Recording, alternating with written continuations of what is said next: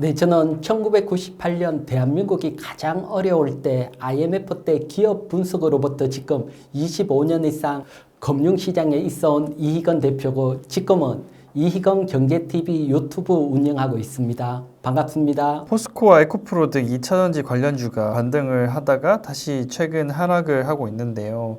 하락을 거듭하는 이유가 무엇인가요? 그래서 지금 먼저 9월 달에 2차 전지가 좀 강하게 상승을 했거든요. 그래서 왜 상승을 했는지 살피고 그때하고 환경이 뭐가 달라졌는지 그걸 알게 되면 단기 전략도 우리가 세울 수 있거든요. 그래서 그때하고 뭐가 달라졌는지 살펴보면 당연히 또 눌리는 원인을 알고 그 원인을 알면 대응 전략을 세울 수 있으니까 한번 살펴보도록 할게요. 9월 달에 상승을 할 때 8월 달 미국 기준금리 인하, 여러분 기준금리가 인하가 되면 기본적으로 자동차 활부금이 낮아지고 또 2차 전지 핵심 광물 가격이 상승을 합니다. 이건 2차 전지에서는 상당히 호재지요. 그래서 금리 인하를 타고 상승을 한 측면이 있고요. 그래서 금리 인하는 크게 바뀐 건 아니고 그대로다고 보면 되고, 두 번째, 공매도 제도 개선 발표가 나왔습니다. 이게 9월 달에 나왔는데 보게 되면 공매도 했던 사람이 최대 연장을 하더라도 12개월 이상 보유하지는 못합니다. 따라서 2차 전지 섹터에서는 공매도가 지긋지긋하게 따라붙었는데 거기에 따른 제도 개선이 나온 호재, 이거는 11월부터 시행이 되면 호재가 그대로 남아있고요. 그렇기 때문에 특별히 바뀐 건 아닙니다. 그리고 또 호재를 보게 되면 9월 2일 날 모건 스탠리가 리포트를 내면서 유럽 쪽 CO2 배출 목표 하향은, 그래서 CO2를 배출을 줄이려면 내연기관을 줄이고 전기차를 판매를 늘려야 되죠. 그래서 전기차 판매가 내년에 좋아진다. 그러면서 2차 전지 목표가도 상향시키고, 그리고 지금 또 유럽 정책은 계속 우호적인 겁니다. 보면 중국 전기차에 대해서 관세 부여하고 있고, 여기에다가 독일이 전기차 보조금까지 활성화시키려고 하고 있으니까 전체적으로 보면 9월달 호재는 그대로 살아있는데 그때하고 바뀐 건 다른 게 아니고 딱 하나가 있습니다. 뭐가 있냐고 하면 미국 대선입니다. 지금 보면 생각을 해보면 트럼프하고 바이든 때 그때는 트럼프가 될 거라고 유리할 거라고 보면서 트럼프가 되면 IRA 법안 폐지 이런 얘기가 나오면서 8월까지 계속해서 조정을 받았습니다. 시장이. 그러다가 해리스가 나오면서 트럼프의 지지율을 능가하면서 해리스가 당선될 거다. 그래서 해리스 랠리를 타고 2차 전지가 강하게 반등을 했거든요. 트럼프가 되는 것보다는 해리스가 됐을 때 훨씬 유리하니까요. 그런데 이런 시장의 변화가 대선 국면이 또 바뀌고 있습니다. 지금 보면 9월 18, 19일까지만 해도 해리스가 우위를 차지하고 있었고 경합주도 해리스가 유리했습니다. 그런데 이제는 경합주 트럼프하고 해리스하고 똑같아졌습니다. 그러면서 안개 속으로 들어가고, 또 미국 같은 경우는 여러분 지지율 공포 이런 것도 중요하지만 배팅 사이트가 있습니다. 누가 대통령이 될까? 배팅 사이트에 누구한테 돈을 더 거는지, 이거 돈 쪽으로 민감한데 지금 보면 트럼프 50%가 넘어갑니다. 해리스보다 트럼프에 돈을 거는 쪽이 훨씬 늘어나고 있습니다.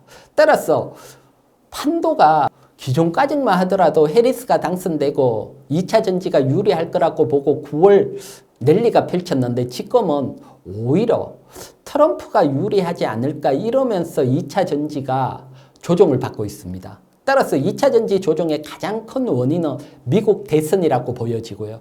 따라서 단기적으로 여러분들이 전략을 세운다면 11월 5일이 미국 대선입니다.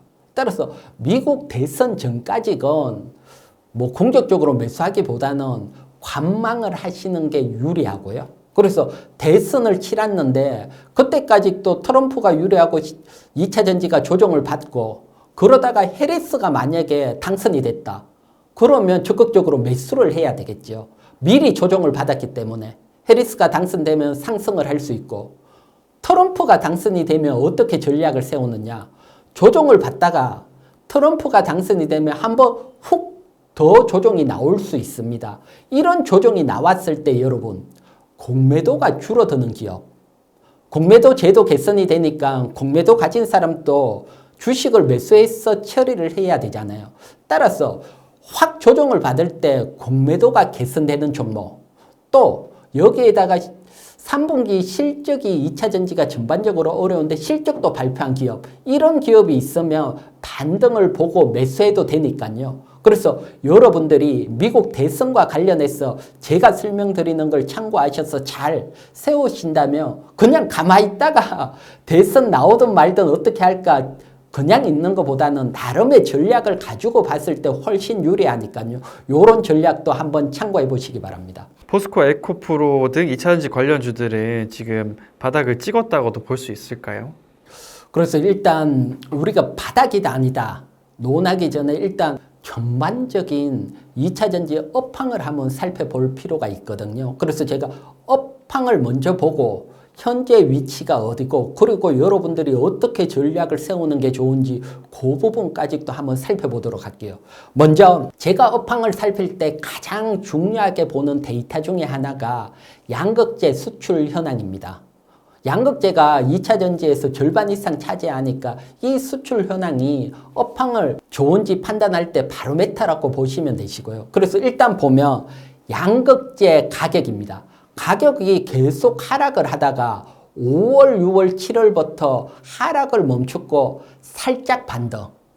이거는 뭐 2차전지 주가가 바닥을 잡을 수 있다. 보면 상반기 때 하락할 때 같이 하락을 하다가 지금 바닥을 잡고 9월 반등할 때 이런 양극재 가격 하락이 멈췄다.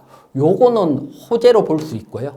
대신 여러분 수출 양을 보게 되면 6월 달에 비해서 7월 달에 수출 양이 확 줄었죠. 그리고 요번 2분기도 줄었지만 2분기보다 3분기 수출 데이터가 나왔는데 보면 3분기 때도 2분기보다 오히려 수출량이 더 줄었습니다. 그 얘기는 아직도 업황이 살아나고 있지 않다 이걸 반증을 하고요. 또 실적적으로 보면 2분기 실적보다 어쩌면 더 어려울 수 있다. 3분기 실적이. 그것도 반증을 하기 때문에 아직은 캐점 역량 속에 있다. 이렇게 설명을 드리고 2분기 전체적인 실적을 한번 볼게요. 보면 2차전지 대장주, 양극재, 음극재, 전해액, 불릭, 전고체, 동박 등 여기에 나와 있는 이 모든 기업 영업이익을 더했을 때 작년 2분기 때는 3,249억 흑자랐습니다. 하지만 올해 2분기 이들 영업이익 다 더하니까 803억 적자로 바뀌었습니다. 이 얘기는 아직은 숫자로는 계속해서 어려운 속에 있다. 대신 양극재 가격이 어느 정도 하락이 멈췄고 판매량이 줄고 있지만 판매량 자체는 내년 후내년 가면 늘어날 수 있기 때문에 주가적인 측면으로 본다면 지금이 어느 정도 저점이다 이렇게 판단이 되고요.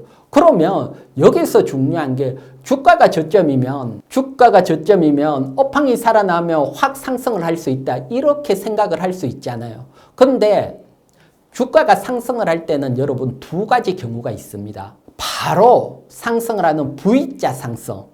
뭐 여러분들 또 우리가 바랄 수 있는 것은 확 조정이 나오고 V자 상승. 그거 다음으로 주가가 확 조정을 받으면 하락해서 횡보하는 거. 횡보 후에 뒤에서 상승. 그래서 일자 횡보로 이어지는 이런 케이스가 있는데 제가 판단할 때는 조금 아쉽지만 하락을 했고 지금까지 제가 데이터를 설명을 드렸는데 아직은 숫자가 좋아지는 게 아니까 횡보할 확률이 높다. 그래서 횡보 매매 전략, 횡보 매매 전략은 박스권 하단일 때 매수, 박스권 상단일 때 비중 축소. 요 전략 생각을 하셔야 되고요. 참고적으로 이렇게 제가 판단을 하는 것들은 과거 우리가 2차 전지하고는 조금 다르지만 그래도 유사한 업종이 있었습니다. 그건 태양광입니다. 보게 되면 지금 태양광이 보면 2006년, 7년, 8년 이때 태양광이 대중화될 거다. 그러면서 폴리실리콘 가격이 막 급등을 하고 5kg당 $200가 막 넘어갔습니다. 그때 보면 CI홀딩스 가장 대표적인 기업인데 강하게 상승을 했죠. 그러다가 여러분 중국이 폴리실리콘을 만들기 시작을 하면서 폴리실리콘 가격이 급락을 합니다. 지금하고 항상 중국이 문제죠. 그때 보면 주가가 확 같이 급락을 했고요. 그러다가 폴리실리콘 가격은 상승을 하지 않았 동안 주가는 이렇게 1년여 횡보를 했고요. 횡보 후에 정말 태양광이 대중화되고 폴리실리콘 가격은 반등하지 않았지만 OCI홀딩스 매출이 증가하면서 앞쪽보다 더 큰 상승이 나왔거든요. 따라서 지금은 폴리실리콘 때보다 2차 전지는 더 유리한 국면입니다. 왜 그러냐 하면 폴리실리콘 때는 중국 기업이 전 세계 어디든 다 장악을 했지만 지금은 북미, 미국이 중국이 못 들어오게 막아주고 있으니까 북미 시장은 우리가 가지고 있고 유럽 시장도 유럽이 정책적으로 관세를 올리면서 지금 치열한 경쟁을 펼치고 있으니까 훨씬 유리한 국면이다. 그러면 2차 전지도 결국은 내년 후내년 대중화가 오는 시점이면 이런 폴리실리콘처럼 강한 뒤에 상승을 기대할 수 있습니다. 그래서 이렇게 기대할 수 있지만 당장은 업황이 어렵기 때문에 이런 횡보 기간, 이런 월봉으로 횡보가 좀 필요하지 않을까 이렇게 보기 때문에 일단 월봉 횡보에 맞춰서 매매하는 전략이고 또 앞쪽에서 크게 물리신 분들은 지금 이렇게 하락했을 때 손절하기보다는 횡보 좀 시간이 걸리더라도 횡보 후에 뒤쪽 대중화가 왔을 때 강한 상승 대중화는 뭐 필히 올 걸로 보고 시간의 문제지만 올 거니까 이런 대중화에서 뒤쪽의 상승을 기다리시는 전략이 낫고 주식 없으신 분들은 횡보 박스권에서 매수 또 상단에서 비중 축소 이런 어떤 횡보 매매 가능하다 이렇게 설명을 드릴게요. 에코프로 등 공매도가 많은 2차전지 관련 주주는 앞으로 어떻게 되는 걸까요? 지금 보게 되면 공매도는 일단 제도 개선책이 앞에서 설명이 드렸는데 잘 나왔거든요. 우리가 생각하는 것보다 좀 잘 나왔다. 즉 기존까지 기울어진 운동장 개인이 기관이나 외국인에 비해서 공매도 훨씬 불리한 제도라는데 이번에 9월 23일 날 공매도 제도 개선 언론에서 처음 보도가 나왔는데 보게 되면 일단 기관과 외국인들도 개인하고 똑같이 초반에 한 90일 상한 기간이 있고 연장을 하더라도 최대 12개월, 1년 이상 연장할 수 없다. 즉, 이 얘기는 공매도를 했던 세력이면 1년 안에 반드시 다시 환매수를 해야 된다 이겁니다. 즉, 이제는 공매도가 악재로 작용을 했지만 이런 제도가 개선이 되면서 공매도가 많은 기업들한테는 이제 결국은 공매도만큼 매수가 들어올 수 있는 상황이다. 호재로 바뀔 수가 있거든요. 그래서 제가 이 뉴스가 나오고부터 공매도가 많은 기업들 정말 공매도가 줄었는지 안 줄었는지 조사를 했거든요. 보면 에코프로 공매도 발표 개선 나왔을 때가 9월 3일일 때인데 567만 주인데 561만 주 거의 공매도가 안 줄었고요. 에코프로 BM도 339만 주에서 오히려 증가를 했습니다. 그리고 포스코 퓨처엠도 오히려 살짝 증가를 했고 LNF도 거의 그대로고요. 그래서 아직은 공매도 세력들이 저런 뉴스에 뭐 빠르게 나는 어떻게 대응을 하지 이런 거는 아직은 안 나오고 있습니다. 그래서 전체적으로 공매도 잔고를 제가 이렇게 표시를 했는데 코스피 전체 공매도 잔고가 0.24%인데 거기에 비해서는 엄청 높은 겁니다. 코스닥 전체 잔고가 0.67%인데 뭐 3%, 4%가 넘어가니까 전체에 비해서는 훨씬 공매도가 커져 있다. 따라서 언젠가는 이런 공매도가 들어오면서 얘네들이 쇼커버링이 나오고 확 움직일 수도 있는데 이런 공매도 세력이 어떻게 움직이느냐. 첫 번째, 제가 앞에서도 이제 설명을 한번 드렸지만 요번 대선에서 트럼프가 당선이 됐다. 여러분, 그러면 지금 이렇게 주가가 조정을 받다가 트럼프가 당선되면 악재가 나오면서 거래량이 나오면서 한번 확 조정이 나올 수 있죠. 이때 공매도 세력들이 공매도 청산을 하는지 요게 중요합니다. 그래서 청산을 하는 종목들이면 반등이 나올 수 있습니다. 계속해서 청산이 한번 시작이 되면 할 확률들이 높기 때문이고요. 그래서 요번에 트럼프가 당선이 되면 그런 부분들 살펴보고, 그렇기 때문에 트럼프가 당선이 되고 확 빠지더라도 추세적으로 계속 하락하기보다는 그때를 대비해서 또다시 반등이 나올 수 있으니까 너무 뭐 트럼프가 당선됐다고 확 걱정을 하거나 그럴 필요는 없고, 그때 공매도 상황을 잘 살펴보고 대응 전략을 세울 필요가 있고, 또 공매도는 이제 계속해서 보면 어떻게 보면 호재로 작용할 수 있는 부분이고, 또 반대로 해리스가 당선이 되더라도 마찬가지입니다. 해리슨이 당선이 되면 공매도 입장에서는 지금이 주가가 낮고 해리스가 당선되면 주가가 상승할 수 있겠다. 그러면서 공매도 처리를 할 확률도 있거든요. 따라서 미국 대선을 기점으로 공매도 움직임을 보면서 공매도가 줄어든다. 그러면 적극적으로 뭐 분할 매수 가능하다. 이렇게 설명을 드릴게요. 포스코홀딩스의 하반기 주가 반등을 기대해도 좋을까요? 포스코 홀딩스 같은 경우는 사실 제가 2차 전지는 하락 후에 박스권 횡보가 좀 이어질 거다 설명을 드렸는데, 가장 먼저 추세적으로 상승을 기대할 수 있는 게 포스코 홀딩스로 보고 있습니다. 따라서 포스코 홀딩스는 지금부터 뭐 내년 후내년 상승을 보고 분할 매수 하셔도 된다. 결론부터 이렇게 설명을 드리고요. 그렇게 보는 이유 한번 설명을 드릴게요. 보면 일단 포스코 홀딩스 월봉 차트입니다.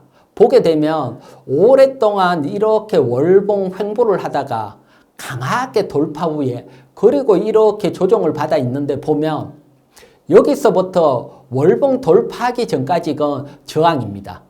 저항이지만 돌파 후에 눌릴 때는 지지로, 저항이 지지로 작용을 하기 때문에 지금이 기본적으로 지지를 받을 수 있는 그런 위치까지 왔다 설명을 드리고요. 그래서 기술적으로도 뭐 충분히 분할 매수해도 되는 위치고, 그 외에 포스코 같은 경우는 전통적으로 철강주죠. 철강주에서 캐시카우를 내는데 철강 업종이 어떻게 변화가 되는지 한번 살펴봐야 되고, 그 다음 2차 전지 원자재 관련이죠. 따라서 리튬이라든가 니켈 이런 원자재 가격이 어떻게 되느냐, 그 부분 두 개를 살펴봐야 되고요. 먼저 원자재 가격 먼저 한번 보도록 할게요. 보면 이게 리튬 가격인데, 보면 현재 스팟 가격입니다. 요거야, 그래프가. 현재 리튬 가격이고, 이 그래프는 뭘 나타내냐고 하면 리튬 생산한 데 들어가는 코스트 비용입니다. 따라서 지금은 생산을 해도 손해를 본다는 겁니다. 생산을 해도 손해를 본다. 그러면 여러분, 더 이상 리튬 가격이 하락하기는 어려운 위치다. 그걸 나타내고 있고요. 그리고 지금 CATL, 캐틀 중국 장시성 리튬 공장이 생산 중단을 했습니다. 만들면 계속 손실이니까요. 그래서 이런 생산 중단이 나오거나 이럴 때가 사실은 가격의 저점을 형성을 해왔습니다. 그리고 또 중요한 것들을 보게 되면 내년 1월 1일이면 이제 중국산 핵심 광물 리튬을 포함해서 사용을 하게 되면 IRA 적용을 못 받습니다. 그렇다면 중국산 리튬 가격하고 북미로 들어가는 리튬 가격하고는 프리미엄을 받고 차별화가 나올 수 있습니다. 미국이 참고적으로 보면 폴리실리콘 관세를 확 높였을 때 폴리실리콘 가격이 북미 쪽 가격이 프리미엄을 받고 확 상승을 했거든요. 그것처럼 내년에는 IRA 법안을 받기 위해서 중국산 리튬 가격하고 북미로 들어가는 리튬 가격하고는 차별화가 나오고 북미로 들어가는 리튬 가격은 프리미엄 가격이 붙을 수 있다. 여기에 또 하나, 미국이 금리 인하를 하게 되면 여러분, 리튬이나 이런 것들은 달러로 거래가 되는 겁니다. 그래서 달러로 거래가 되는데 달러가 약해지면 현물은 상승하는 이런 현상이 보입니다. 따라서 리튬 가격이 지금이 가장 저점이다. 그래서 내년 후내년 리튬 가격이 상승을 할 수 있다. 그래서 리튬 가격을 보게 되면 강하게 상승을 했다가 정말 크게 조정을 받았다가 올해 연초에 상승을 하고 좋아지는 듯 했지만 강하게 조정을 받고 지금 횡보를 하고 있습니다. 따라서 지금이 리튬 가격이 가장 약할 때고 여기서부터 반등을 기대한다. 그러면 리튬에 직접적인 생산을 할 수 있는 거는 포스코 홀딩스니까요. 따라서 포스코 홀딩스는 내년부터 이런 리튬 가격 반등에 따른 수혜를 직접적으로 받겠다. 그래서 지금 관심을 가질 수 있고, 두 번째는 철강입니다. 포스코홀딩스의 매출에 사실 지금도 뭐 결정적인 역할을 하는 것은 철강인데 철강 가격 한번 보도록 할게요. 보면 지금 보시는 것은 상하이 선물 거래소 철강 선물 가격입니다. 보면 작년 말부터 올해 쭉 주구장창 하락을 했습니다. 즉 여러분들이 포스코홀딩스 실적을 보게 되면 영업이익이 계속해서 감소를 했습니다. 이건 이런 철강 가격 하락 영향이 있을 수밖에 없었습니다. 그렇지만 이제 8월 달부터 철강 가격 바닥을 잡고 반등을 하려고 하고 있는 이런 위치입니다. 그래서 요 8월 달에 중국에서 어떤 제도가 나왔냐고 보면 중국에서 8월 달에 신규 제철소 건설을 금지시켰습니다. 중국에서도 철강 가격이 많으니까 이제 너고 건설하지 마. 이 얘기는 신규 제철소가 건설되지 않는다. 그러면 철강 가격은 더 이상 빠지지 않고 바닥을 형성할 확률이 높다. 경쟁자가 더 이상 안 생기니까요. 여기에다가 중국 부양책에 부동산 부양까지 포함이 됐기 때문에 철강 가격이 바닥을 잡고 중국도 부양을 하고 있고 미국도 금리 인하를 따라 부양을 한다. 그러면 철강 소비가 증가할 확률이 높고요. 그렇다면 철강 가격도 바닥권에서 반등이 나올 수 있다. 이렇게 보여집니다. 따라서 포스코홀딩스의 가장 중요한 거 리튬 가격도 지금이 가장 바닥이고 철강 가격도 지금이 가장 바닥이다. 그렇다면 우리가 주식은 사실은 대형주는 여러분 밀짚 모자는 언제 살아있습니까? 겨울이잖아요. 가장 어려울 때 사놓고 기다리면 수익으로 가잖아요. 그래서 포스코홀딩스는 지금이 가장 어려운 위치고 이 위치가 끝나가는 단계다. 그렇기 때문에 지금 매수를 해서 기다리면 충분히 좋은 내년 후내년 본다면 좋은 성과가 있지 않을까 이렇게 봅니다. 따라서 포스코홀딩스는 지금부터 관심을 가지고 내년 후내년 기대를 하셔도 좋을 것 같습니다. 포스코홀딩스 외로 2차전지 관련주들 중 내년에 좀 기대해 볼 만한 기업들은 어떤 게 있을까요?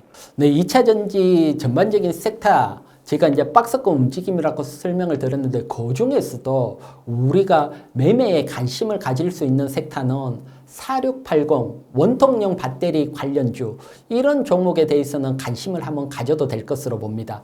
원통형 배터리 한번 보게 되면 일단 4680 원통형 배터리가 테슬라 주문이 들어오고 12월부터 양산에 돌입한다. 이런 뉴스가 10월 7일 날라왔습니다. 10월 7일.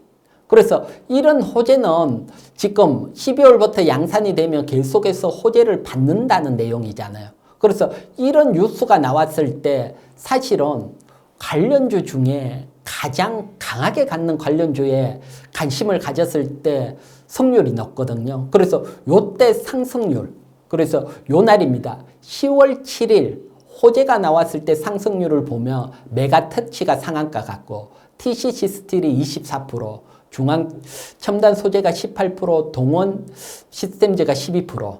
그 다음 밑에는 LG 에너지 솔루션이 주문을 받았고요. 삼성 SDI는 아직 주문 받거나 그런 단계는 아닙니다. 밑에 필 에너지하고는 상신 EDP는 삼성 SDI 관련이고요. 따라서 이쪽을 제외하고 LG 에너지 솔루션 향쪽에서 본다면 가장 강하게 갖는 것은 메가터치입니다. 하지만 항상 우리가 어떤 종목을 볼 때는 실적이라든가 이런 거 무시할 수는 없습니다. 호재가 나왔을 때 펀더멘탈이 저평가가 돼 있다.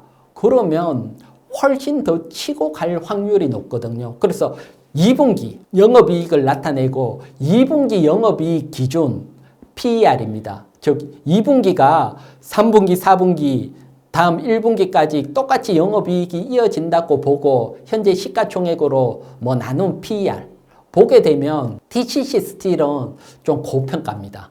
고평가 측면이 있고 가장 저평가는 동원 시스템즈입니다.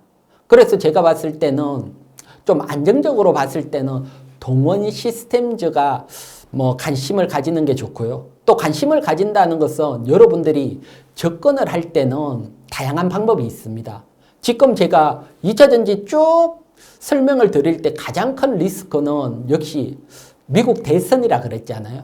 보고 있다가 미국 대선 결과를 보고 훅 조정이 나올 때 접근을 하셔도 되고요. 그게 아니면 이들 추세 중에서도 지금 동원 시스템즈가 강하게 나오는데 온봉이 나왔을 때 한 번 분할 매수, 그 다음에 또 미국 대선 보면서 또 분할 매수, 한 번에 접근을 안 하고 분할 매수로 접근을 하셔도 된다 설명을 드리고, 그래서 제가 봤을 때는 동원 시스템즈가 가장 유리할 걸로 보이고요.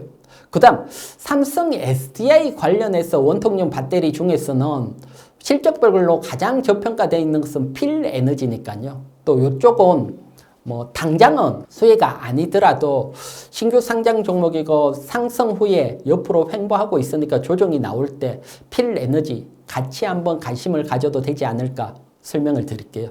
또 다음 뭐 기회가 된다면 항상 이런 어떤 종목들은 실적 발표에 영향을 받으니까 3분기 실적도 보면서 여러분들이 잘 대응을 해 보시기 바랍니다. 최근 국내 증시가 유독 힘을 쓰지 못하고 있는데 그 이유가 무엇인가요? 네, 일단 기본적으로 일단 금리 상황이라든가 이런 것들을 먼저 한번 보고 현재 시장 상황을 한번 설명을 드리도록 할게요. 먼저 미국이 0.5% 금리 인하를 했습니다. 그래서 과거에도 금리 인상을 하다가 첫 번째 금리 인하를 하고 미국 주가가 어떻게 움직였는지 그걸 먼저 한번 보도록 하겠습니다. 지금 화면을 보시게 되면 일단 금리 인하한 시점이 여기입니다.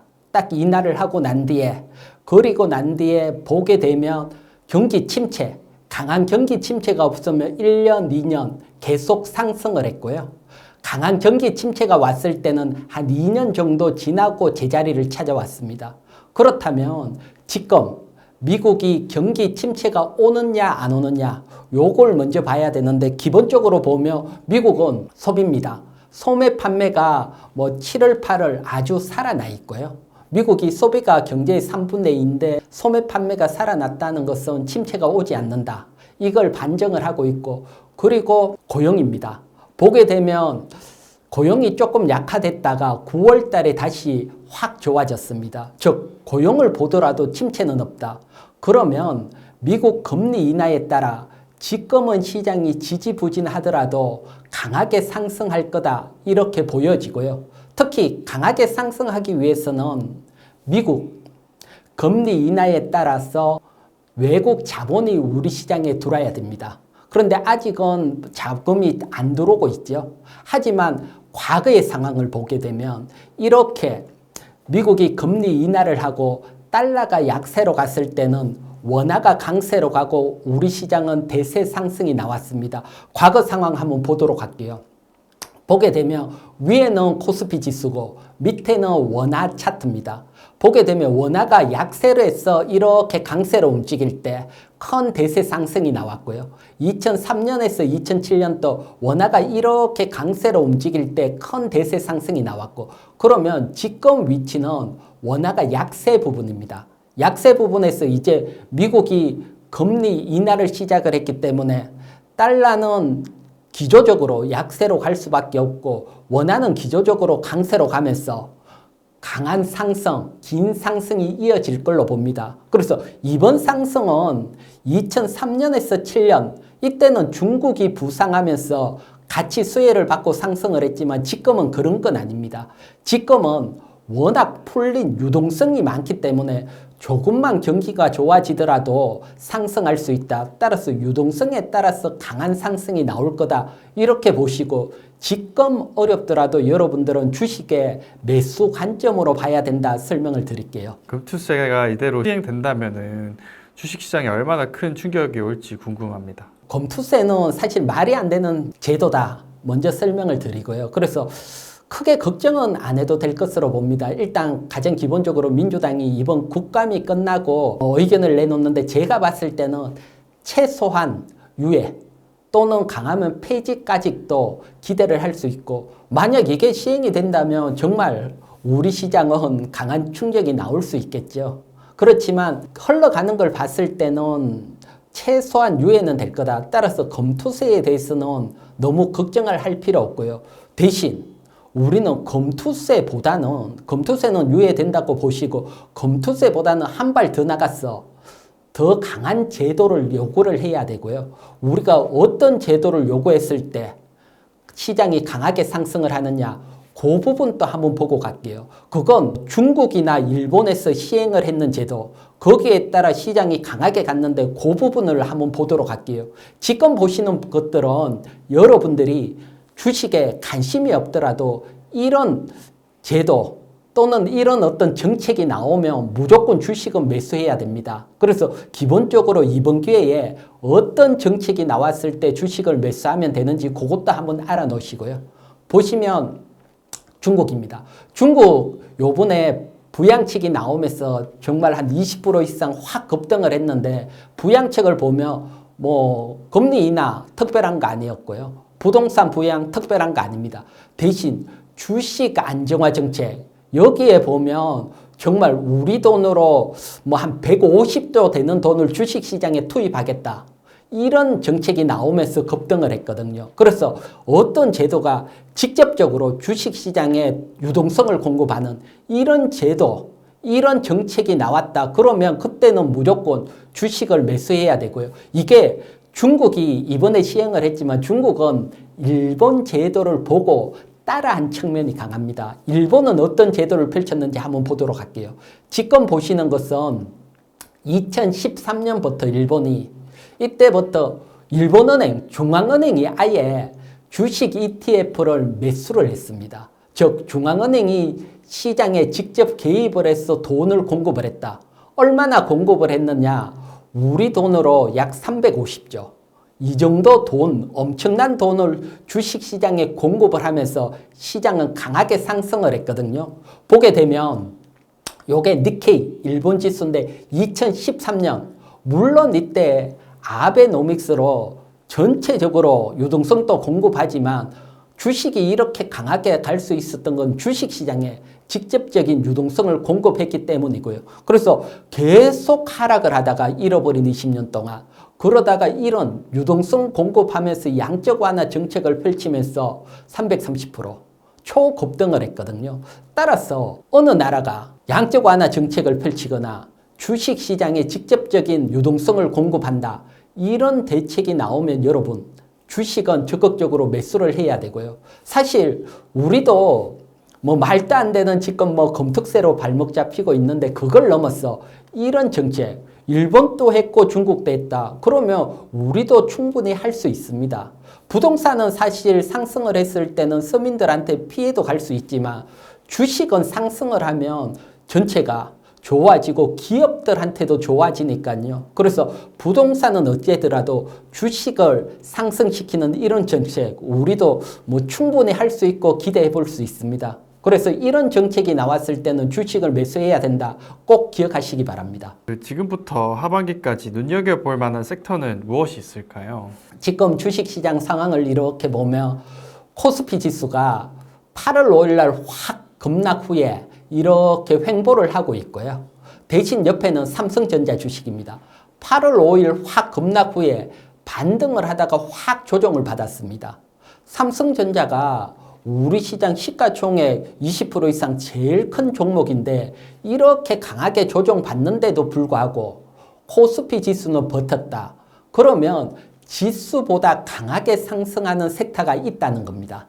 따라서 이렇게 지수 대비 강하게 상승을 하는 섹터에 일단 관심을 가져야 되고요. 그래서 8월 5일부터 보게 되면 10월 15일 이 사이에 강하게 갖는 섹터 그 다음에 지수 정도 움직이는 섹터 아니면 약한 섹터 이렇게 수익률을 나타냈는데 가장 강하게 갖는 섹터는 바이오입니다. 지금 요 기간 동안 코스피 지수는 7.86% 상승을 했거든요. 하지만 바이오, 삼성바이오 같은 경우는 21%, 셀트론이 좀 약했고요. 10%고 SK바이오팜 같은 경우는 62%. 즉 바이오가 이 기간 동안 지수 대비 훨씬 2배 이상 강한 상승을 기록을 했다. 그렇다면 일단 바이오에 대해서는 우리가 최소한 한 다리를 걸치거나 관심을 가져야 된다. 그 다음에 2차 전지인데 2차 전지는 사실 강하게 상승을 하다가 지금 또 조정을 받고 있거든요. 그래서 이 부분은 뒤쪽에서 한번 자세히 설명을 드리도록 하고요. 그 다음 자동차나 조선이나 콘텐츠는 한 지수 정도 움직였습니다. 그렇기 때문에 뭐 여기서 강한 수익률을 내기는 어렵고요. 뭐 조선 같은 경우는 뭐 환경도 좋고 실적이 좋지만 상반기 때 워낙 강하게 상승을 했기 때문에 한 분기 정도는 쉬어가고 요번 3분기 때 2분기보다 더 좋은 실적이 나오면 또 랠리가 이어질 건데 실적을 확인을 해야 되고요. 가장 약하게 움직인 것은 삼성전자입니다. 대신 SK하이닉스는 예외고요. 그래서 요렇게 움직였는데 요 중에 바이오가 가장 강하게 움직였기 때문에 바이오에 대해서 한번 살펴볼 필요가 있어 보입니다. 그러면 바이오에 관심을 가지고 봐야 되는데 정말 바이오에 대해서는 사실 호불호가 갈리는 섹터입니다. 이 바이오에 대해서 투자를 해도 되는지 안 되는지 먼저 큰 틀 한 10년간 움직임을 한번 보도록 할게요. 보게 되면 여기에 진한 파란색은 우리 코스닥 지수라고 보면 되고요. 위에는 코스닥 제약 바이오 섹터 주가입니다. 보게 되면 한 10년, 2014년 똑같이 놓고 시작을 했다고 보면 코스닥은 사실 별거 없었습니다. 10년 동안 뭐 그 자리입니다. 그래서 코스닥은 그 자리지만 바이오 섹터는 강하게 상승을 했다, 조정을 받았다, 상승을 했다, 조정을 받았다. 지금은 코스닥 지수보다 높은 위치입니다. 즉 지수 플러스 알파 수익이 낮다. 그래서 이번에 금리 인하에 따른 바이오 최대 수혜가 아니더라도 바이오는 지수 대비 강한 섹터였다. 요걸 보여주고요. 또 반대로 또 미국 시장 많이 투자하시는 분들도 있는데 미국을 보게 되면 나스닥 지수는 10년 동안 강하게 상승을 했습니다. 사실 뭐 우리 코스닥에 보면 좀 부러운 측면도 있는데 반대로 나스닥 바이오텍 주가는 지수 대비 상승이 약했습니다. 따라서 미국 나스닥 투자하시는 분들은 바이오 섹터 투자했을 때는 지수 대비 뭐 수익이 약했고 우리 코스닥은 지수 대비 수익이 높으니까요. 대신 자세히 보시면 바이오 섹터를 잘 잡으면 급등을 하면서 대박이 나지만 고점에서 잘못 잡으면 급락이 나오면서 쪽박도 탈 수 있고 이처럼 변동성이 워낙 큰 섹터니까 호불호가 갈리는 섹터고 또 자세히 알고 매매를 해야 되는 섹터다. 요점 또 설명을 드리고요. 그러면 올해 코스닥 바이오가 강한지 코스피 바이오가 강한지 그 점도 한번 살펴보고 갈게요. 보게 되면 올해 1월 1일 보게 되면 코스닥 지수하고 바이오 지수하고 똑같이 놓고 시작을 했다고 하면 코스닥은 이렇게 하락을 했는데 바이오 섹터는 코스닥 지수 대비 훨씬 강합니다. 따라서 올해 바이오 투자를 했다면 코스닥 지수 대비 플러스 알파 수익이고요. 코스피 같은 경우는 보면 뭐 상승과 하락을 하다가 지금 보합 위치. 그래서 올해는 사실 주식 투자를 했다면 지수 기준으로 본다면 거의 뭐 보합이다, 코스피는. 대신 또 코스피 뭐 제약 바이오 섹터는 지수 대비는 플러스 수익입니다. 따라서 올해는 코스피 바이오보다는 코스닥 바이오 섹터가 강했고 그게 아니더라도 양시장은 지수 대비 강한 시장이었다. 이렇게 보고 강한 이유는 다른 것보다 크게 한 3가지 정도 우리가 볼 수 있는데 첫 번째는 기술 수출, 즉 바이오 신약 개발, 우리가 바이오텍 기업이라고 부르죠. 이런 기술 수출이 증가하면서 바이오텍 종목이 강하게 상승했고 두 번째는 미국 생명보안법 통과 이슈가 나오면서 CDMO 관련주들이 움직였고 그 다음 비만 치료제 관련주들이 움직이면서 강하게 갔고요. 이 세 섹터 중에서도 가장 강하게 움직인 것은 바이오텍입니다. 바이오텍. 정말 뭐 알토젠이라든가 리고캠 바이오 이런 거 보면 불을 뿜고 갔거든요. 그래서 이번에 바이오주의 시장을 꺼집고 가는 데는 측면에서는 다른 것보다는 기존보다는 기술력이 인정된 기업, 즉 글로벌 빅파마, 그러니까 글로벌 큰 제약회사지요. 이런 제약회사와 기술 뭐 수출을 한 기업, 이런 기업 중심으로 상승을 했기 때문에 이런 기업이 높더라도 조정이 나오면 이런 기업들 속에서 관심을 가져야 되고요. 그런 기업들이 어떤 기업들이 있냐고 보면 뭐 유한양행, 알토오젠, SK바이오, 팜, SK바이오사이언스, 한미약품, 종건당, 이가캠바이오, ABL바이오, 페트론 정도가 있고 여기에 뭐 그런 기업들이 어디하고 파트너를 맺었고 또 개발 진행 상황이 어디까지인지 나와 있으니까 요런 기업 중심에 관심을 가지고 또 개인적으로 요 중에서는 다른 기업들은 워낙 높습니다. 워낙 높고 뭐 주봉 차트로 이제 월봉 하단에서 박스권 돌파하는 SK바이오팜 요 정도는 뭐 강하게 갖는 종목이 아니고 이제 상승하는 종목이니까 한번 관심을 가져봐도 되지 않을까 이렇게 설명을 드릴게요. 그래서 만약에 1억이 있다면 말씀 주신 전망을 바탕으로 볼 때 어떻게 포트폴리오를 구성하면 좋을까요? 그래서 만약에 1억이 있다면 일단 반도체는 아직 끝난 건 아닙니다. 그 중에 지금은 차별화가 나오고 있는데 이번 조정 기회에 반도체 중에서는 역시 1위를 달리고 있는 SK하이닉스 비중을 한 30%, 그 다음에 내년을 바라보고 포스코홀딩스 20%, 그 다음 바이오 대장주인 삼성바이오 한 20%, 그래서 한 70%는 대형주 이렇게 구성을 하시고요. 나머지 중소형주는 한 두 종목 30% 정도. 또 중소형주에 지금 관심을 가지는 것은 다른 것보다는 검투세가 유예될 확률이 높고 만약에 유예가 된다면 또 중소형주들이 키 맞추기로 강하게 올라올 수가 있거든요. 그런 측면에서 중소형주도 관심을 가져야 된다 생각이 하고 참고를 하시기 바랍니다. 올해 상반기 국내 반도체 산업의 흐름과 그 성과는 대체 어느 정도인지 알려주실 수 있으실까요? 네, 반도체 같은 경우는 지금 우리나라가 수출이 정말 잘 되고 있잖아요. 그 수출에 제일 선봉에 서 있는 게 반도체입니다. 일단 수출을 한번 보도록 할게요. 요거는 3분기 수출 현황입니다. 3분기 수출 현황 보면 3분기 때 수출 중에 배터리가 역대 1위입니다. 그리고 작년에 비해서 41% 증가를 했고요. 따라서 수출액으로 보더라도 월등히 반도체가 많고요. 이처럼 반도체는 뭐 우리 수출에 가장 견인을 하고 있고 지금 주가가 사실 좀 뭐 하락을 해서 아쉬워서 그렇지만 수출 잘 되고 있다. 이렇게 수출이 잘 되고 있다는 것은 결국 업황도 좋아지고 있다. 이걸 반증을 하고 있다. 이렇게 설명을 드리고요. 그리고 수출에 있어서 또 하나 특징을 한번 보도록 할게요. 지금 보면 대만을 상대로 메모리 반도체 수출이 급증입니다.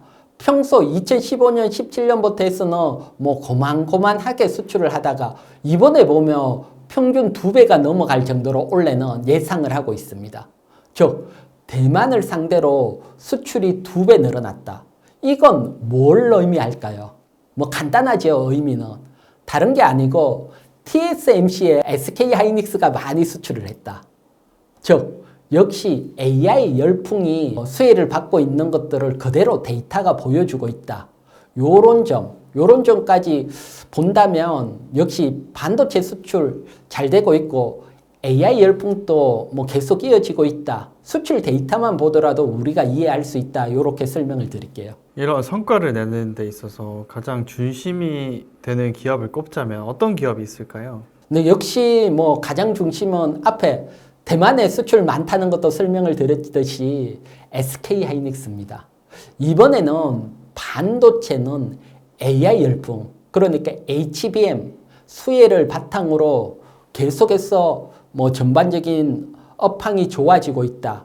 이렇게 보기 때문에 SK하이닉스에 집중을 해야 되고요. 특히 이거 SK하이닉스가 숫자적으로도 나오는데 한번 보도록 할게요. 보면 이게 D램 시장 점유율입니다. 1분기에서 2분기 시장 점유율을 보면 삼성전자는 살짝 줄어들었습니다. 줄어들었는데 SK하이닉스는 31.1%에서 34.5%까지 확 늘어났습니다. 사실 여러분 HBM 반도체가 나오기 전까지만 하더라도 삼성전자는 40%대 그대로고 SK하이닉스는 20%대랐습니다. 퍼센테지가 보면 밑에 마이크론하고 SK하이닉스가 비슷한 위치랐습니다. 그런데 SK하이닉스가 34%로 엄청나게 확 좋아지고 있고 이건 계속 이어지고 있고 그리고 매출 성장을 보더라도 삼성전자, SK하이닉스, 마이크론 중에 SK하이닉스가 가장 큰 폭으로 매출도 성장을 하고 있습니다. 따라서 지금은 데이터로 보게 되면 역시 SK하이닉스에 관심을 가져야 되고요. 그리고 참고적으로 지난 마이크론 실적 발표 이 부분에서도 SK하이닉스에 관심을 가져야 된다는 게 나오는데 지금 보시는 것은 마이크론 실적입니다. 분기 2월 달에 실적 발표, 5월 달에 실적 발표, 8월 달에 실적 발표를 했는데 마이크론을 보게 되면 매출도 서서히 증가를 했지만 무엇보다도 영업이익입니다. 여기 보라색이 영업이익인데 영업이익이 조금씩 증가를 하다가 5월 달에 비해서 8월 달에 큰 폭으로 보라색이 확 좋아졌거든요.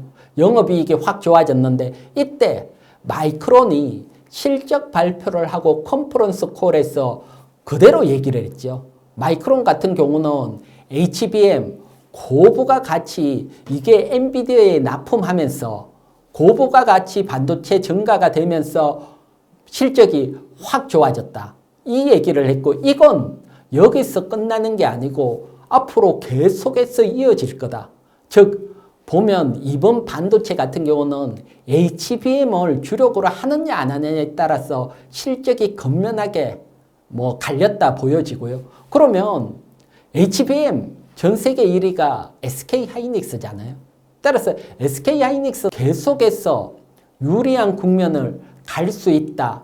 이렇게 보여지고 또 과거 SK하이닉스 주가하고 반도체 업황 주가하고도 한번 보도록 할게요. 보게 되면 밑에는 D램 반도체 가격 YOY입니다. 즉 D램 반도체 가격이 전년도 비해서 상승을 했느냐 하락을 했느냐 나타내는 거고요. 그래서 이게 보통 우리가 업황 사이클이라고 부르는데 보면 2년 하락을 하면 2년 상승, 2년 하락을 하면 2년 상승, 2년 하락, 2년 상승 이렇게 이어지고 있는데 이렇게 업황 사이클이 도는 동안 SK하이닉스는 업황 상승이 가장 고점에 왔을 때보다 한 1년 이상 더 상승을 했고요.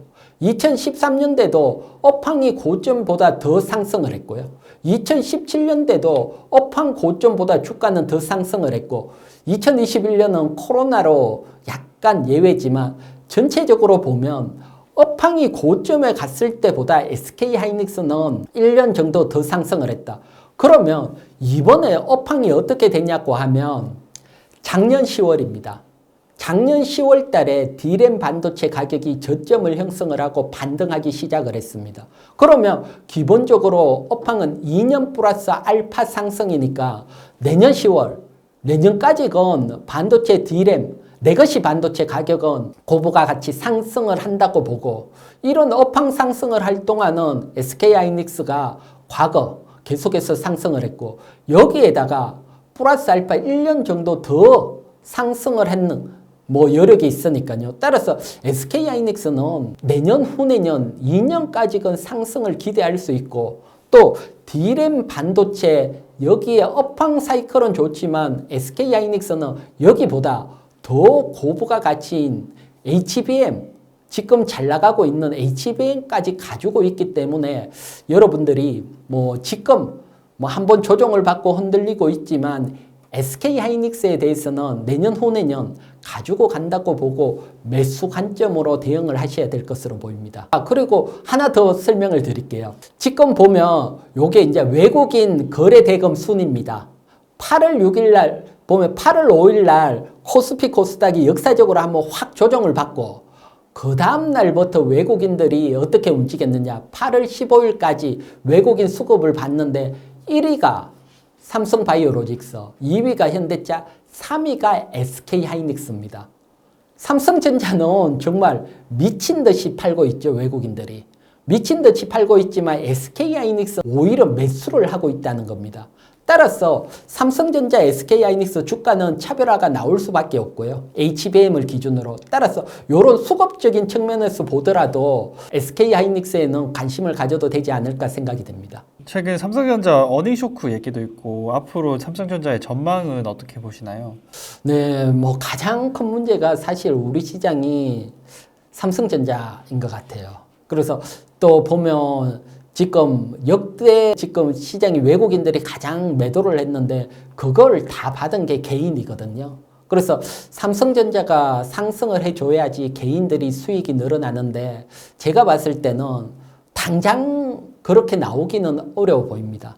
대신 시간을 두고 본다면 결국은 상승을 할 걸로 보고요. 그래서 당장은 어려운 이유, 그 부분도 한번 보도록 할게요. 보게 되면 일단 삼성전자가 3분기 잠정 실적을 발표를 했는데 보통 컨센서스가 사실은 한 13조, 14조 됐습니다. 정권사에서 이번 영업이익이 그래 나오겠다. 그런데 시간이 지나면서 컨센서스가 하락을 하다가 10조까지 밀렸는데 막상 뚜껑을 열고 발표를 했는 건 9조 1천억, 10조보다도 더 떨어졌고 전분기, 2분기에 비해서도 확 12% 가까이 오히려 줄었습니다. 보면 마이크론이나 SK하이닉스는 전분기에 비해서 영업이익이 계속 좋아지는데 삼성전자는 오히려 하락을 했다. 이건 뭔가가 문제가 있다. 이렇게 시장에서 보고 있고요. 그러면 어떤 문제가 있는지 그 부분을 한번 살펴보면 우리가 바로 상승을 할지 시간이 필요할지 이해를 할 수 있는데 첫 번째, 삼성전자 같은 경우는 D램 반도체 부분 이쪽 캐파가 큽니다. 앞에 봤듯이 D램 반도체 SK하이닉스는 1분기에 비해서 2분기 캐파가 시장 점유율이 늘어났지만 가장 캐파를 가지고 있는 것은 역시 삼성전자고요. 그래서 삼성전자는 이런 레거시 D램 반도체 가격에 영향을 많이 받을 수밖에 없고요. 그래서 요 D램 반도체 가격을 나온 건데 여기에 보면 특징이 있습니다. 특징이 어떤 특징이 있냐고 하면 DDR5 그러니까 고급 제품이죠. 고급 제품 같은 경우는 8월에 비해서 9월달 가격 변화가 없습니다. 보면 그대로 가격이 유지가 됐다. 이렇게 볼 수 있는데 DDR4 중저가 제품이죠. 중저가 제품 가격을 보면 8월 달에 비해서 9월 달이 21.95%, 17% 확 줄어들었습니다. 가격이 하락을 했습니다. 이 하락을 한 원인을 보면 다른 거 아닙니다. 보면 중국 창신 메모리 CXMT죠. 창신 메모리가 중저가 반도체를 정말 폭발적으로 생산을 하고 있습니다. 그러니까 중저가 반도체 가격은 상승하기는 어렵습니다. 중국이 사실 물량 밀어낼 때는 가격 상승하기가 쉽지 않습니다. 그래서 이런 어떤 중저가 가격이 하락을 하기 때문에 고급 가격도 상승을 못하고 어떻게 보면 발목을 잡혀 있는 상황이고요. 따라서 이런 어떤 상황은 계속해서 이어질 걸로 봅니다. 그래도 다행인 점이 창신 메모리 같은 경우는 이런 어떤 고급 어떤 반도체 아직 이까지는 개발을 못했습니다. 중저가까지는 개발이 됐고요. 개발 못하게 되는 원인 중에 가장 큰 건 역시 미국이 반도체 장비를 못 보내주지요. 막고 있기 때문에. 그렇기 때문에 일정 부분 여기서는 그래도 다행이지만 중저가 하락을 하는 거 이건 계속 피할 수가 없고요. 일각 정권사에서는 내년까지 보면 한 15%까지 창신 메모리가 점유할 거다. 이렇게까지 보고 있으니까 이쪽 부분에 가장 타격을 받는 게 삼성전자라고 보시면 되시고요. SK하이닉스는 일단 그전에 D램 반도체를 줄이면서 HBM으로 넘어가니까 중저가에는 타격이 별로 없고요. 대신 삼성전자는 직접적인 타격이고 이건 계속 이어질 거다 이렇게 보이고요. 그 다음에 두 번째는 우리가 삼성전자한테 바랬던 것은 이런 D램 쪽도 있지만 파운드리에서 성장이 될 거다. 이 파운드리가 정말 좋아지고 성장을 하면 삼성전자 주가가 움직일 건데 파운드리에서도 사실 만만치 않습니다. 지금 보게 되면 파운드리 점유율을 보게 되면 2분기 기준으로 보면 삼성전자가 11.5%고 TSMC가 62.3%로 점유율이 차이가 워낙 크게 나 있고요. 그래서 파운드리에서 아직 힘을 못 쓰고 그러면 이런 파운드리에서 사실은 희망을 가져야 되는데 아쉽게 희망을 가지기에는 좀 어려워졌다. 이렇게 설명을 드리고요. 그 대표적인 예가 삼성 파운드리 P2, P3 공장 일부 생산 라인을 셧다운을 했고요. 그리고 파운드리 P4, P5 설비 투자도 잠정 중단을 했습니다. 이 얘기는 무슨 얘기냐고 하면 이렇게 설명을 드릴게요. 삼성전자 우리는 기술력으로 자신 있다. 항상 반도체 기술력은 뭐 랭킹 1, 뭐 그 누구도 못 따라온다 자신을 가졌으니까요. 따라서 삼성전자가 파운드리에서 어떤 전략을 펼쳤냐 하면 셀퍼스트 전략입니다. 그 얘기는 공장을 일단 만드는 겁니다. 공장을 만들어 놓고 기술력이 있으니까 공장이 다 지어지면 고객 땡겨 오겠다. 그러면서 P2, P3 만들고 P4, P5 캐파 늘리고 뒤에 2030년 TSMC 따라잡겠다. 그런데 P2, P3를 만들었는데 고객이 오지 않고 있습니다. 그건 기술력에서 문제가 생겼다는 겁니다. 그렇게 되니까 막대한 조 단위로 계속 손실이 나니까 생산 라인도 셧다운을 하고 P4, P5 설비 투자도 잠정 중단을 하고 이렇게 됐기 때문에 이쪽 파운드리 쪽에서도 사실 기대를 하기에는 만만찮다. 대신 제가 판단을 할 때는 늘 하지만 이렇게 삼성전자가 지금은 이런 쪽 문제가 워낙 강하니까 바로 HBM 붙어 있는 SK하이닉스나 이런 종목들처럼 뭐 계속해서 상승 랠리를 기대하기는 어렵습니다. 하지만 삼성전자가 늘 이렇게 어렵고 정말 힘들다 이런 얘기가 나왔을 때 주가 바닥 형성을 하는 경우들이 많았고요. 그리고 이런 주가 바닥이 형성이 되고 어느 정도 횡보가 되고 주가가 저점이니까 만약에 엔비디아의 컬 테스트 통과가 된다 이런 뉴스만 나오더라도 강하게 한번 반등이 나올 수 있는 구조는 돼 있습니다. 따라서 기존에 삼성전자 많이 사고 물려 계신 분들은 일단 시간에 투자를 하셔야 된다 설명을 드리고요. 또 삼성전자가 무너지거나 그러지는 않을 겁니다. 이번에 보면 이례적으로 반성문도 내고 이렇게 한다는 것은 스스로가 자각을 했다는 겁니다. 기존까지는 나 1위다 좀 오만한 측면이 있었는데 기술력에서 이번에 장악을 하고 좀 개편도 하고 하는 측면이 있으니까 뭐 따라잡을 걸로 보고 따라잡는다면 지금 PBR 수준으로 보면 역대 뭐 최저평가 1보다도 낮은 정말 저평가 위치니까요. 여기에서 시간에 투자할 수 있으신 분들은 삼성전자 투자가 가능하고요. 뭐 그것 또 물론 뭐 제 개인적으로는 삼성전자보다는 SK하이닉스가 유리하다고 판단이 되니까 SK하이닉스를 뭐 탑픽으로 보고 삼성전자는 대안으로 보고 또 물려 계신 분들은 또 시간을 기다리시면 결국은 이런 저점에서는 회복이 됐고 작은 호재에도 크게 반응을 하는 케이스가 많았으니까요. 또 곧 컬 테스트 통과되기를 기다리면서 반등을 기다리시는 전략 설명을 드릴게요. 과연 현재 AI 섹터는 거품이라고 봐야 할까요? 제가 봤을 때는 거품 아닙니다. 어떻게 보면 아직도 항상 더 막대한 성장으로 가고 있다 이렇게 설명을 드리고요. 사실 가장 걱정을 하는 게 그걸 겁니다. 지금 미국의 빅테크 기업들이 AI 투자를 막 하고 있습니다. 막대하게 하고 있는데 여기서 정말 수익을 낼 수 있느냐? 거기에 대한 의문점이 늘 따라붙고 있지요. 근데 제가 보는 시점은 조금 다릅니다. 어떤 시점이냐고 하면 미국 빅테크 기업들이 AI를 투자하는 것은 당장의 유용보다 미래를 선점하고 살아남기 위해서 투자를 한다 이렇게 보입니다. 왜 그렇게 보냐고 그냥 간단히 설명을 드리면 뭐 아마존이 우리가 물건을 사러 가고 이럴 때 AI가 접목이 돼 있는 사이트가 있고 안 된 사이트가 있다.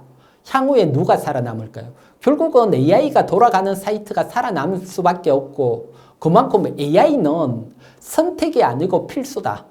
그런 관점에서 본다면 계속해서 투자가 될 수밖에 없고요. 일정 부분 개편이 나올 동안은 이런 투자 전략은 계속 이뤄지고 여기에서 AI 투자에서 승리한 사람이 결국은 미래 시장을 독점하게 되는 그런 구조로 가기 때문에 AI는 단순히 수익만 봐서는 안 되고 환경, 상황도 봐야 되고요. 그리고 최근에 뭐 실적 발표난 두 기업 한번 보도록 할게요. 보면 3분기 실적 TSMC 실적이 나왔고 ASML 실적 발표를 했거든요. 뭐 여러분들이 가장 잘 아시지만 TSMC는 세계 1위 파운드리 회사고요. 3분기 순이익이 54%, 전년 대비 시장 예상치보다 확 증가를 했습니다. 이 얘기는 AI 반도체가 지금 계속해서 열풍을 불고 있다. 이걸 그대로 숫자로 보여주고 있는 겁니다. 매출액도 36% 증가를 했고 이게 다가 아니고 4분기 가이던스도 13% 상향을 했습니다. 즉 3분기에 끝나지 않고 4분기도 더 좋아진다. 이건 AI가 거품이 아니고 계속해서 성장을 뻗어나간다. 이걸 보여주고 있고요. 또 하나 상반된 건 뭐가 나왔냐고 하면 ASML 실적 발표가 나왔는데 ASML은 세계 1위 반도체 장비 회사잖아요. 보면 3분기 주당 순이익이 31% 증가, 매출액도 20% 증가. 그러니까 실적은 양호하게 나온 겁니다. 실적은 양호하게 나왔지만 주가는 미래를 보잖아요. 미래에 봤을 때 순예약, 우리가 이걸 부킹이라고 보는데 이게 시장이 한 56억 유로 봤는데 26억 유로, 절반으로 확 줄었고 4분기 가이던스를 하향 조정했습니다. 이렇게 하향 조정하는 이유 중에 큰 게 사실은 파운드리, 삼성전자 투자 멈추고 인텔 투자 철수하고 그 다음에 중국으로 수출 막히고 그런 부분들이 많이 적용이 되면서 한 16% 정도 그날 실적 발표하고 확 조정이 나왔거든요. 그래서 제가 이걸 놓고 본다면 기본적으로 봤을 때는 반도체, AI 반도체는 아직 거품이 아니고 이어지고 있고 대신 반도체 장비주들은 주가가 많이 상승을 했지만 조심을 해야 된다. 따라서 반도체 장비주 투자, 여기는 조금 조심을 해야 되고 직접 반도체를 만드는 SK 하이닉스 쪽은 그래도 계속해서 성장을 할 거다. 요렇게 판단이 되니까 요거 참고를 하시고 그 다음 얼마나 그러면 AI 열풍이 이어갈까?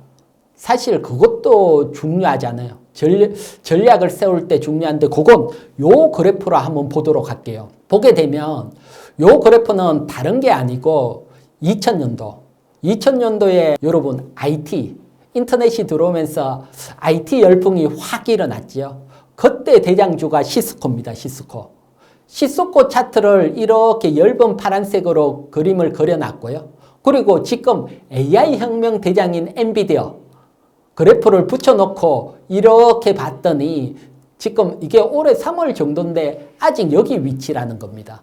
따라서 이번 AI 혁명이 IT 혁명만큼 간다면 변동성은 있지만 아직도 상승할 수 있는 여력이 이만큼 높다는 겁니다. 그리고 참고적으로 보면 이때 IT 열풍 시스코 때보다도 엔비디아 실적이 훨씬 잘 나오고 실적을 바탕으로 주가가 상승을 하니까 여기서 끝나지 않고 더 돌파도 가능하다. 지금 보시는 게 엔비디아 매출액입니다. 정말 폭발적으로 엔비디아 매출이 AI를 타고 일어나고 있습니다.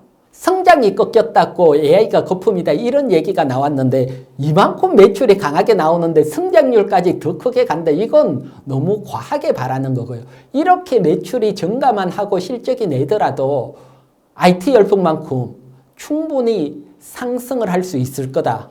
이렇게 저는 판단을 하기 때문에 일단 빅테크라든가 AI 중심으로 상승은 계속 봐야 되고 또 우리 시장에서는 SK 하이닉스 중심으로 봐야 된다. 이렇게 설명을 드릴게요. 지금이라도 반도체 산업에 투자해야 할지 혹은 기회를 더 기다려야 할지 궁금하신 분들이 많은데 어떻게 보시는지. 네, 반도체 산업은 여러분 성장 산업이라고 봐야 됩니다. 반도체는 여러분 사이클이 있는 산업이죠.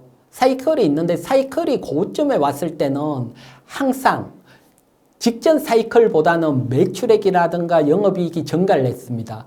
왜 증가를 했냐고 하면 반도체는 예전에는 PC에만 들어가다가 스마트폰에 들어가다가 지금은 전기차에 들어가다가 로봇에 들어가다가 HBM도 생기고 반도체 파이는 계속해서 커지고 있습니다.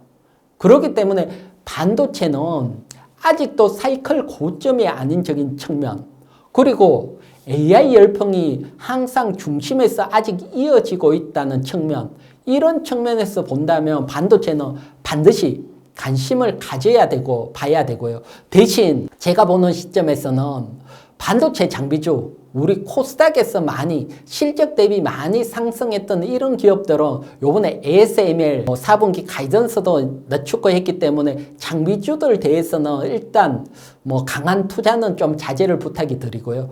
또 지금 보게 되면 TSMC 실적이 잘 나오고 4분기 가이던스 높이듯이 그런 측면에서 본다면 SK하이닉스 직접적으로 관련 있는 SK하이닉스 중심으로 관심을 가지는 게 유리할 거다 판단이 됩니다.